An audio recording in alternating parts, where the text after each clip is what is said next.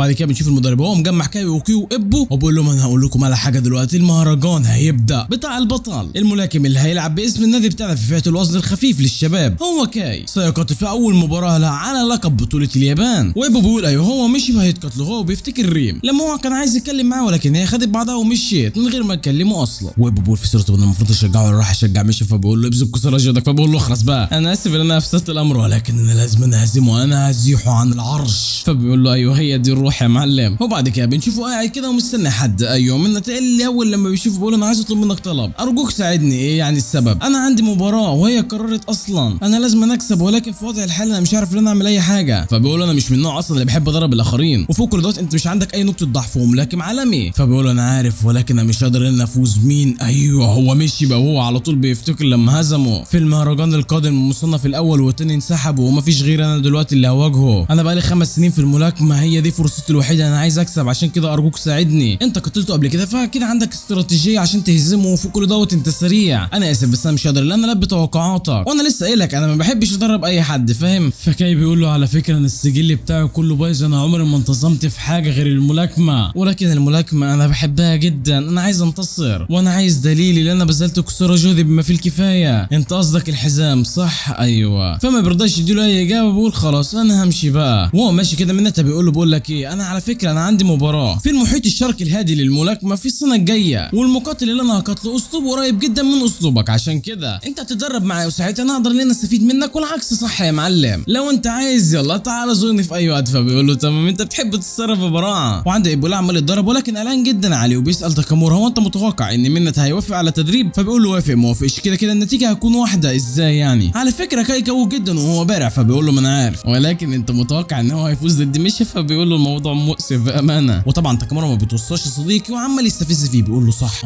مشي بقى اخو البنت اللي انت بتحبها، وفوق كل دوت عندك هنا كاي اللي هو صديقك اصلا، والاثنين طبعا اتقتلوا وانت مش عارف تقف جنب مين صح. ولكن في شخص هنا موجود متوتر اكتر من اي حد على فكره. ايوه هو كيو اللي بيقول هما الاثنين انضموا في نفس الوقت، هما الاثنين منافسين، وهو دلوقتي منزعج جدا علشان مش قادر ان هو يساعده تماما. وعند كاي اللي بيحلم الصديق بمشيبه وهو بيغلبه وبيقوم مخضوض، وبعد كده بيروح يتدرب مع منتا. ابو منتا بيقول له خلي بالك علشان على فكره منتا دلوقتي سرعته بقت اكبر بكتير. فبيقول له تمام ويبص عليه ايوه فعلا، وبيقول كل حركه هيقدر ان هو يساعدني فيها انا لازم اتعلم منه علشان اقدر ان انا اوقف اللكمات الارتجاجيه بتاعت مشيبه. وبعد كده بيروح له بيقول له قبل ما نبدا اديني بعد اللكمات الارتجاجيه. فبيقول له تمام فعلا بيهجم عليه حرفيا سرعه خرافيه، دي سريعه جدا. طب انا المفروض اتعامل معاها ازاي ديت؟ بيقول لي منتا تفضل يستخدمها عليا وانا ساعتها اقدر ان انا الاقي ثغره واقدر ان انا اعطلها. فبيقول له مستحيل، اللكمات الارتجاجيه مجرد خاطفه، يكاد يكون من المستحيل انك توقف كل الخطفات. وخلينا نقول انك قدرت توقفها ولكن انت مش تقدر انك تهزمه يا معلم. انت قصدك ايه يعني؟ انت عندك نقطه ضعف حرجه جدا. دلوقتي يلا بينا نبدا وانا هعلمك كل حاجه. وفعلا بيبداوا بيهجم عليه ولكن من انت بيتفادى كل لكماته. ايوه سريع جدا، وفي لمح البصر بيكون وراه بيهجم عليه وفعلا بيقدر ان هو يسيبه. انا اقدر ان انا دلوقتي اجاريك. وعمال يهجم عليه. ابو منتا بيقول ايوه انت محتل اصلا المركز الثالث ولكن قدرتك بتفوق كل دوت. وهو عمال يهجم على منتا ولكن انت مش قادر انك تهزمه يا حبيبي. منتا بيهجم عليه وبيقدر ان هو يتفادى كل اللكمات ولكن هوبا بيكون قدامه بيديله واحده في الثانيه في الثالثه هوبا عن طريق السلامه. انت بقى يا معلم بيكون اغمى عليه. ابو بيقول له يا ابني انت مش كنت قاسي عليه النهارده؟ فبيقول له لا انا كنت بختبر حاجه كده. وبيقوم بيقول له كنت بتختبر عليا حاجه؟ انت ما كنتش بتقاتلني بكل قوتك. فبيقول له بالظبط كده، على فكره انت ما فيكش اي عيوب ولكن من ناحيه ثانيه انت مش عندك اي نقطه قوه بتاتا. هو مصدوم. انت بتقول ايه؟ بيكمل كلامه وبيقول له على فكره انت مش عندك اصلا لكمات تقدر انك تنهي بقى خصمك، وانت لازم يكون معاك ضربه قضائيه. لو انت مش عندك خصمك هيقرب عنك وهيديك واحده وانت هيكون طريق السلامه. ودلوقتي مش بيفكر في نفس الحاجه عنك وهو بيروح وبيقول ايه طب انا اعمل ايه دلوقتي؟ انا مش عندي نقطه ضعف، طب انا ارجع ولا اعمل ايه؟ وتاني يوم بيبدا يتدرب وبرضه عمال يتضرب. انا لازم الاقي استراتيجيه عشان اقدر ان انا اهزمه. وعندي كيو بقى اللي بيخش عليه. كيو بيقول له على فكره انت في حاله يرسل صح؟ فبيقول له ارجوك اكلني يا عم انا عايز اتغذى. وبيحضر له الرامن وبياكل ولكن غريب الاتنين ما بيكلموش بعضهم تمام. بيخلص الاكل وبيكون هيمشي. بيقول له يا كيو ولكن بيقول له انت خايف ولا؟ فبيقول له اخاف ان انا اللي هنتصر اصلا في المباراه الجايه اخرس بقى. وعلى فكره انا كو تيجي جرب. لا يا معلم. وبياخد بعضه وبيمشي. وشكل كيو كده زعلان جدا. والصبح بنشوف ابو هو قدام النادي وبياخد من البنت ديت شرائط عن مباراه مشي بقى. تاكامورا بيقول له ايه اللي انت جايبه معاك دوت حلويات؟ فبيقول له اخرس بقى احنا عايزين نساعده، دي فيديوهات بتاعت مشي بقى احنا لازم نساعده. في ساعتها كيو بيجي وبيقول له خلاص انا هاخدها، انا هقدر ان انا اوصلها له تمام. فبيقول له خلاص. تاكامورا بيقول لهم على فكره قعدت اليوم كله عمال افكر في طريقه كي يقدر بيها ان هو يهزم مشي. طب ايه هي الارتجاجيه؟ بيسيبوه وبيمشي يا صديقي. هو واقف يتنح. وبعد كده بنشوف منت هو بيتدرب وبيلاقي في وشه كيو بيقول له خد يا معلم الشرايط دي فيديوهات حديثه لمشي بقى ارجوك راجعها. يلا هو دوت كل اللي عندي. ولكن قبل ما يمشي بيقول له صح هيقدر ان هو ينتصر ضده ولا لا؟ ولكن ما برضاش يرد عليه. ارجوك قول لي. هو بيعتبر ان اللقب دوت هو ده فرصته الاخيره. فمنت بيقول له انا مش بنتقده. ويعني ايه فرصته الاخيره؟ ايوه هو لو ما انتصرش في المباراه ديت ممكن ان هو يتقاعد. احنا عندنا 23 سنه وبقالنا 5 سنين بنبنس الملاكمه وشكلنا كده هنتقاعد بدري. واحنا لعبنا اكتر من 16 مباراه وقد يعتقد الناس ان احنا صغيرين ولكن احنا كبار. واحنا خلينا العديد من الفرص ان هي تفلت من ايدينا. بيركع على الارض وبيقول له ارجوك ساعده على قد ما تقدر. هو لازم ينتصر. علمه اي حاجه علشان يقدر ان هو يفوز. ارجوك بتمنى منك. بيكون عايز يتكلم ولكن ما بيرضاش وبياخد بعضه وبيمشي بيقول له انا هتفرج على المباراه. وفعلا بيروح يشغلها. حرفيا بيكون مصدوم من سرعه مشيبه الخرافيه. بيشغل الفيديوهات قدام كايو وبيقول له ايه رايك؟ هتقدر انك تنتصر قدام الوحش الكاسح دوت؟ وعلى فكره النظام الغذائي بتاعه هو مش قاسي. هو غير فئه الوزن بتاعته. وهو بيستخدم اللكمات الارتجاجيه بتاعته لمده 10 جولات. في هيئتك ديت انا مش معتقد انك هتقدر انك تهزمه من المدى بتاعك. فبقول له فرصه اقل. الفرق ما بيننا وبينه كبير جدا. انا عارف انا فاشل ولكماتي مش ندي ليه تمام. ولكن في حاجه بتزعجني. انا ما بقدرش اتعلم ولكن انا عندي قوه ساحقه في قبضتي. بيبص لمنتا فبيقول له في حاجه ولا ايه؟ فبيقول له انا اكتشفتها. انا اتوغل عليه بقوتي. فبيفرح وبيقول له تمام. وعلى طول هما الاثنين بيطلعوا يتدربوا ولكن برضه عمال يتضرب. وبعد كده بيطلع يتدرب وبيقول ايوه انا لازم ابقى اسرع. انا لازم ابقى اسرع. وعندي مشابه اللي بيكون عمال يتدرب بغل وبيفتكر المدير بتاعه بتاع الشغل. بقول له المباراه بتاعتك قربت تبدا صح؟ انا عايزك تحجز لي 20 مقعد عشان انا وكل اللي موجودين في الشركه هيجوا يشوفوك. فبيقول له تمام انا هجيبهم لك. وهو بيقول له ارجوك تعالى. والمدرب بيقول له انت قلقان ولا ايه؟ فبيقول له انا قلقان من ايه؟ انا يا ابني لازم تقلق كده من الحين للاخر. لا انا مش هقلق عشان حاجه. وعلى فكره البطوله بتاعت العالم قربت تبدا. المصنف الخامس في WBS عايز ان هو ينزلك فاهم ولا لا؟ لو قدرت انك تفوز عليه بطل العالم حرفيا هيكون في ايديك يا معلم. ولكن اول حاجه انت لازم تهزم المتحدي اللي هيقابلك علشان تقدر انك تاخد العرض. ولو خسرت هينسحب وهو بيكون فرحان جدا. ايوه انا مش هخسر. انا هستمر في الفوز. محدش يقدر ان هو يهزمني. تمام مفيش حد في العالم ده يقدر ان هو يهزمني ابدا. فبيقول له تمام انا عارف انك هتفوز. انت عندك ضربات لا تعد ولا تحصى. بنرجع لكاي اللي عمال يتهجم عليه وفجاه بيكون قدام منتا. بيقول انا قربت منك صح؟ هي دي الطريقه اللي انا هقدر ان انا اقرب بيها من مشي بقى. وساعتها انا هقدر اهجم عليه. طب انا ههجم عليه ازاي؟ انا مش عندي ضربات قضيه. فمنتا بيقول له بالظبط كده انت لازم تتدرب اكتر. بيقع على الارض وبيقول سحقا بحق الجحيم انا مش عندي سلاح. بعد كده بيروح بيقول ايوه منتا كان عارف ان انا مش عندي اي سلاح علشان كده قال لي الا انا لازم اقاتل من مدى قريب. وانا اتعودت على الموضوع ولكن بدون اي سلاح انا مش عارف ان انا اعمل اي حاجه. فكر ايه الطريقه اللي انا لازم اقرب بها منه. طب وبعد ما اقرب انا هعمل ايه؟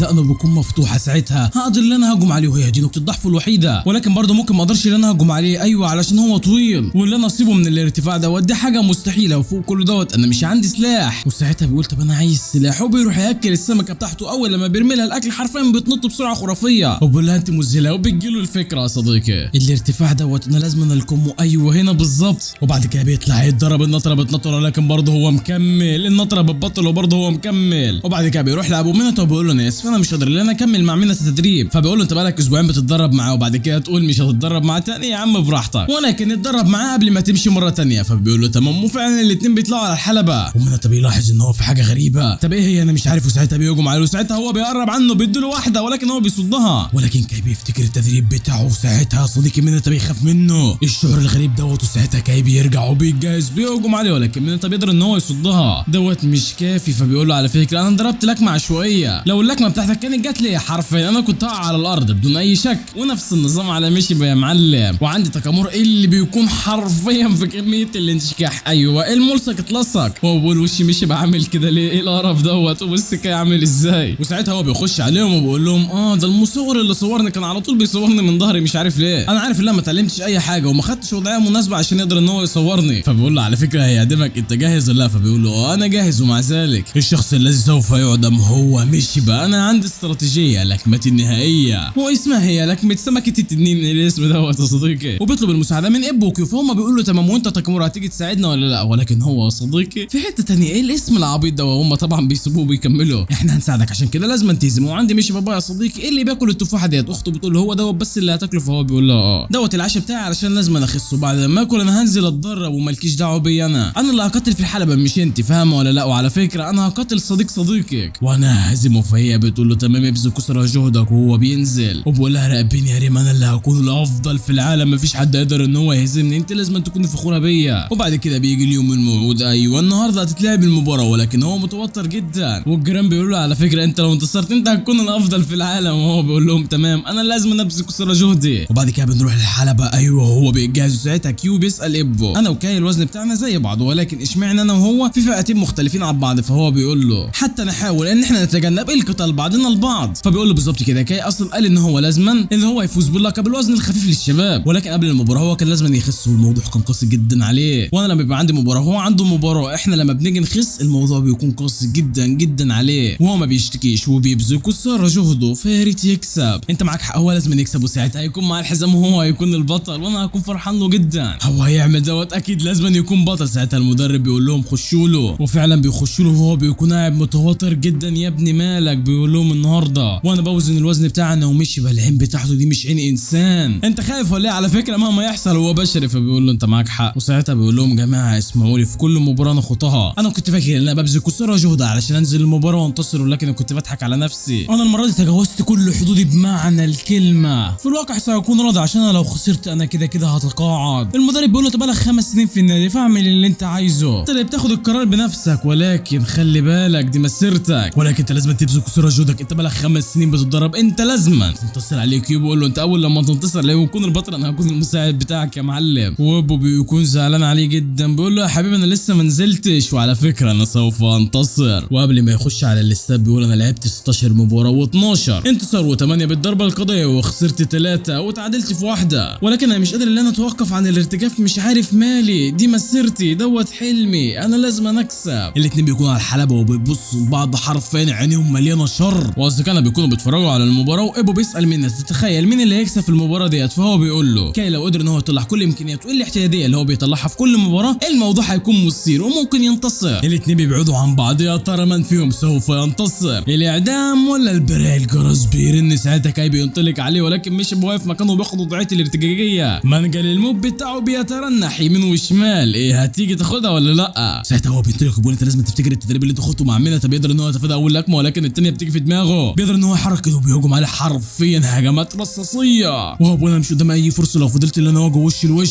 وانا دلوقتي رؤيتي والتجربه بتاعتي مختلفه تماما، انا لازم اجرب حتى لو فشلت في البدايه، انا لازم استمر تقريبا. ومش بيقول انت بتعملها مره ثانيه، انت فاكر انك هتنتصر ولا ايه؟ وانا سمعت صح انك ملاكم مدى بعيد. تمام استحمل بقى لو انت قادر. عمال يهجم عليه وهو مش قادر ان هو يتقدم تماما. بيقول له يلا حاول بقى لو عرفت تعمل اي حاجه ضدي، لكمات اليسار مش سهله. بيزنوا في الحبل وعمال يهجم عليه، ولكن سرعه ما بيقدر ان هو يبعد عنه. ولكن هنا الصدمه بتنزل على كل اللي موجودين. ايوه لكمات مشي بقى معلمه على جسده بالكامل، هو لو تلقى المزيد من الضربات في وشه عينيها تورم. مش بيقول له انت هتدافع عن نفسك، انا هقتلك بنفس الطريقه وانت حرفيا هكون في عدد الموتى دوت. مش هيحصل تاني. بيهجم عليه، لكن المره دي بيقدر ان هو يتفاداه. انت متماسك صح، وبيسرع ايده وبيقدر ان هو يضربه، وهو بيرجع وحرفيا رجله عماله ترعش. ايوه هي دي قوه ميشيبا الاسطوريه. وفوق كل دوت ميشيبا لغايه دلوقتي ما استخدمش ايده اليمين، هو بيستخدم اليسار عشان يقدر ان هو يسيطر على المباراه بسرعه. تاكامورا بيقول لهم على فكره هو دلوقتي بيختبروا لو هيقدر ان هو يستحمل لكماته اليمين ولا لا، ولكن ده برضه متصالحنا لو كان قدر ان هو يفهم الموضوع هيقدر ان هو ينتصر. ابو بيقول له انت قصدك ايه يعني؟ بيقول له بص على وشه حرفيا في حاله يرثى لها، وهو بيقول على فكره انت لكماتك بنفس سرعه ميناتا، ولكن انا قدرت ان انا اتفاداها. انا عايز الايقاع بتاعك بيجي يتحرك ولكن بيضربه في وشه، ولكن هو بيقول انا مش هعو. بيقدر ان هو يوزن نفسه. وساعتها الجرس بيرن انتهت الجوله الاولى، والجوله الاولى من صالح ميشيبا. ميشيبا بيقول له انت نجوت لمده 3 دقايق، انت هتكون في عدد الموتى في الجوله الجايه. فبيقول له 3 دقايق 3 دقايق دي ولا اي حاجه، انا انتصرت لمده 5 سنوات. بيرجع على كرسي ولكن في حاله يرثى لها. كيو بيقول له يا ابني لازم تغير الاستراتيجيه بتاعتك عشان تقدر انك تفوز، ولكن هو بيقول له انا في الجوله الاولى ما قدرتش ان انا اقرب منه تماما، خلينا نجرب كده في ال10 جولات الجايين. هو قوي قوي ولكن لسه ما تجاوزش كل توقعاتي، راقبوني بس. الجرس بيرن. مشي بيقول له انت استنيت لمده 5 سنوات صح، ولكن انت تعرف هم ايه اللي خلاهم يسموني بالجلاد؟ لان في 6 ملاكمين تقاعدوا بعد قتالهم ضدي. كون السبب بياخد الوضعيه، وساعتها بينطلق عليه حرفيا مش رحمه تماما، هو مش عنده دلوقتي اي فرصه. وتاكامورا بيقول لو الموضوع فضل على نفس الموضوع دوت هو هيخسر، ده حتى مش قادر ان هو يسيبه بلاكما. وصلنا للجوله الثالثه وبرضه هو عمال يتضرب، وصلنا للجوله الرابعه وبرضه عمال يتضرب، والمتحدي مش قادر ان هو يعمل اي حاجه ضد البطل. الخامسه السته وهو برضه في حاله يرثى لها، بيدي له واحده هوبا عن طريق السلامه لقد سقط. واو بقول تطلع بالموضوع 6 جولات، انت في حاله يرثى لها دلوقتي. واول لما بيقوم الجرس بيرن وبيشوف الاثنين اللي كانوا بيشجعوه هما بياخدوا بعضهم وبيطلعوا. ناغي بيروح لهم وبيقول لهم انتوا قولوا خليكم تطلعوا. فالراجل ده بيقول له من هو كان عنده 5 سنين كان كل الناس بتتنمر عليه في المدرسه. خدني معاه علشان اروح اضرب الواد اللي ضربه، ولكن انا فضلت اعتذله، وهو من ساعتها هو عمال يتدرب. وصل للثانويه وكان عمال يتنمر على كل اللي كانوا بيتنمروا عليه. وصلنا للجوله السابعه بيكمل كلامه وبيقول من ساعتها هو حرفيا عمال يتخانق مع اي حد بيقف قدامه. ولكن ذات يوم كل حاجه اتغيرت اول لما اتعرف على الملاكمه، وانا كنت فرحان جدا ودلوقتي قبضته بتتحدى البطل اليابان، وانا كنت قربت ان انا ارتكب نفس الخطا مره ثانيه. وساعتها بنرجع للحلبه. ايوه صديقي كان عمال يضرب عليه ومش رحمه تماما، مش بيحاول يهجم عليه لكن هو بيتفادى كل هجماته وبيظهر قدامه وعمال يضرب فيه. ابو مستغرب ده كان عمال يضرب لمده 6 جولات. هو ايه اللي حصل؟ ميناتا بيقول له راقب كويس.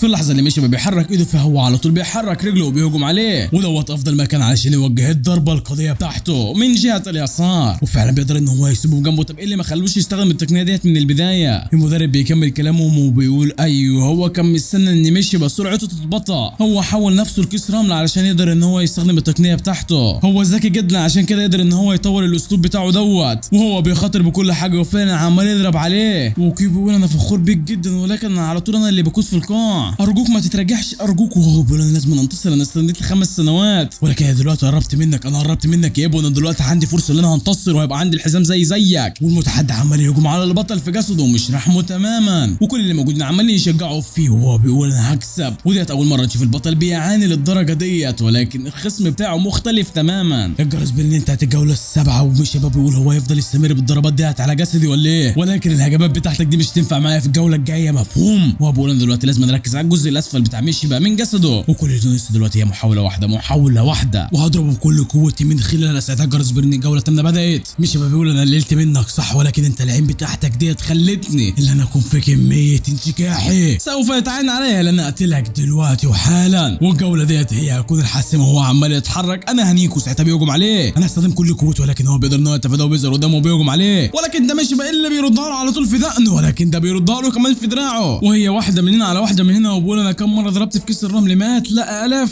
انا كنت بلكمه بكل قوته. ساعتها بيديله واحده مش لسه بيكون هضربه، لكن ده بياخد الوضعيه وبيديها له في وشه. مش بيطير وسط صدمه كل اللي موجودين بيقعوا على الارض.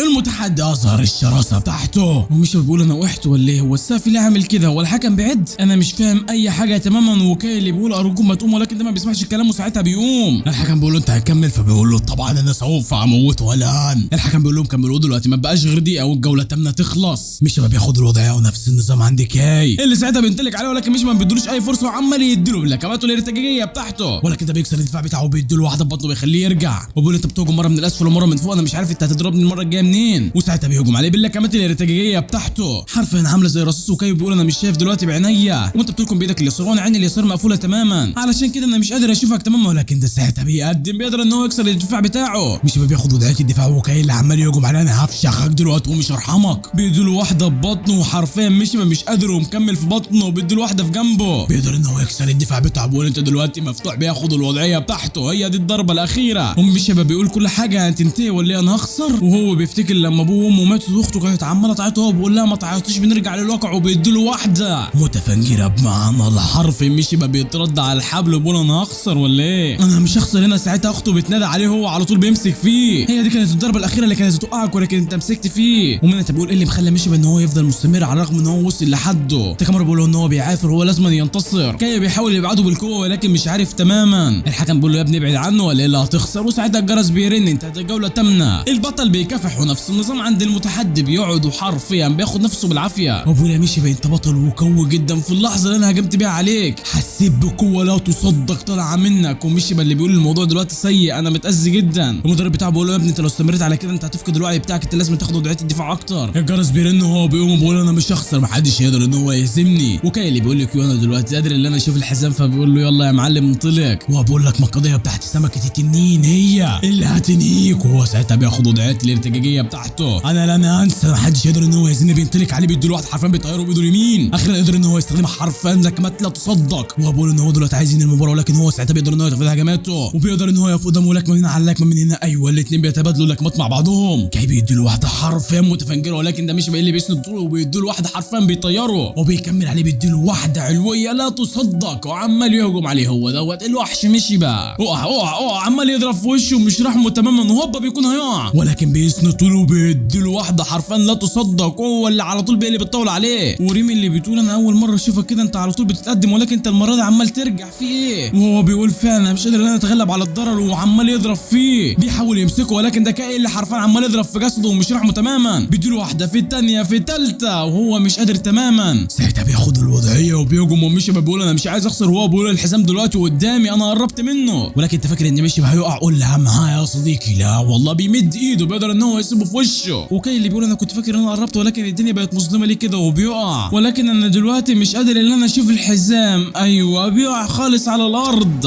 المتحدي دلوقتي في حاله يرسل لا لو قام برضه مش قادر ان هو يفوز. وميناتا بيقول هو الموضوع انتهى، ولكن تاكامورا بيقول له لا، مين في رايك هو اللي سدد اللكمه الاول؟ ايوه هو كاي، ولكن طبعا عشان احنا عارفين ان ايد مشي بقى اطول فهو قادر ان هو يسيبه قبله، علشان كده كاي ما قدرش ان هو يديله الضربه بكل قوته. المباراه دلوقتي انتهت. ابو بيقول له انت قصدك يعني هو خلاص خسر؟ فبيقول له بالظبط، لكمه يمين ولكمه يمين، ولكن اللكمات الارتجاجيه بتاعت مشي هي الاقوى. والمدرب بيكون هنا المباراه، ولكن كيو بيجري عليه بيقول له ارجوك ما تنهاش، هي دي المباراه بتاعته الاخيره علشان كده سيبه براحته. وبيكون خلاص هيرميها، ولكن بيبدا ان هو يقوم ومشي حرفيا مش مصدق، مستحيل لقد ناض يا معلم. الحكم بيروح عنده وبيبص عليه وبيقول له انت شايف ايدي ولا لا؟ وكل اللي موجودين بيقولوا ابعد عنه يا الحكم، خليهم ان هم يكملوا المباراه. وفعلا بيقول لهم كملوا. ومشي بيقول بغض النظر عن عدد المرات اللي انا بهجم عليك فيها، ولكن انت برضه بتستمر في النهوض. انا بحاجه اللي انا لازم اقتلك. وساعتها بينطلق عليه وبيكون خلاص هيقتله ومش هيرحمه تماما. ولكن الغريب هو واقف متسمر ما بيتحركش. كيو بيقول له يا ابني اتحرك، وفعلا بيسمع الكلام وبيتحرك. ومشي ما بياخد الوضعيه بيكون خلاص عيني، ولكن الصدمه ايوه الحكم بيوقفهم فيه ايه؟ للاسف يا صديقي كاي فاقد للوعي تماما. انتهت المباراه، الفائز هو البطل. ومشي اللي بيقول انت قوي جدا، لو اللكمه بتاعتك دي كانت استمرت انا اللي كنت هكون خسران. المدرب بيكون هيلمس كاي، ولكن كيو بيقول له لا ما تلمسوش، انت لو لمسته هيهجم عليك علشان هو دلوقتي في وضعيه القتال، هو عايز يكمل المباراه. وساعتها بيستعيد الوعي بتاعه وبيهجم. بيحضنه وبيقول له انتهت كل حاجه لقد ابليت حسنا، فهو بيقول انتهت. بيعيط وكل اللي موجودين بيشجعوه، انت كنت رايح فعلا، انت الابن المفضل لدي. وعند مشبه اللي بينزل المدرب بيقول له يا ابني انت رايح فين؟ هيعملوا معاك مقابله عشان انت الفائز. وبيقول له مقابله؟ انا مش فارق معايا اصلا اي حاجه من الكلام الفاضي دوت، انت لو جيت ورانا هقتلك، فاهم ولا لا؟ وبيسيبه بيمشي. بنروح عند كاي اللي بيقول ابو تاكامورا كيو ناغي شينبو ايها الريس، من اليوم انا سوف اتقاعد، شكرا على كل الايام اللي انا قضيتها معاكم، شكرا جزيلا. بيروح على الحلبه وبيقول انا دخلت الملاكمه وانا كنت فاشل، ولكن الملاكمه غيرت فيه حاجات كتيره جدا. الى اللقاء ايتها الحلبه. وتاني يوم بنشوفه هو زعلان جدا وبيقرر ان هو يروح للنادي. وبعد كده بنروح للنادي وابو حرفيا قلقان عليه جدا. تاكامورا بيقول له يا ابني ما تقلقش كمل تدريب، في ملاكمين كتيره جدا اصلا تقاعدوا، فعلشان كده طنش الموضوع يا معلم، انت لازم تظهر شويه شجاعه تمام ولا لا؟ وساعتها كيو هو صديقي عمالين يعبطوا مع بعض، انت كمان يا ابو، فبيقول له تمام. وكاي اللي بيكون واقف بره النادي وسامع كل حاجه بيقول انا تقاعدت الصح، ولكن انا متضايق جدا. بيروح يقعد قدام البحر وبيقول انا بقالي 5 سنين في النادي وانا متعود ارجع من البيت على النادي والعكس صح، وانا دلوقتي مش عارف اعمل اي حاجه. انا بذلت كسرى جهدي، انا كنت قريب، كانت خلاص لكمتي لو كانت وصلت له انا كنت هكون المنتصر. هو ايه اللي ما خليش ينتصر؟ وبيعيط كان نفسي اكسب 3 مباريات على التوالي، سوف اندم لبقيه حياتي، كان ناقص لي سنتين وساعتها انا كنت هكسب، ولكن لا انا مش هعيط.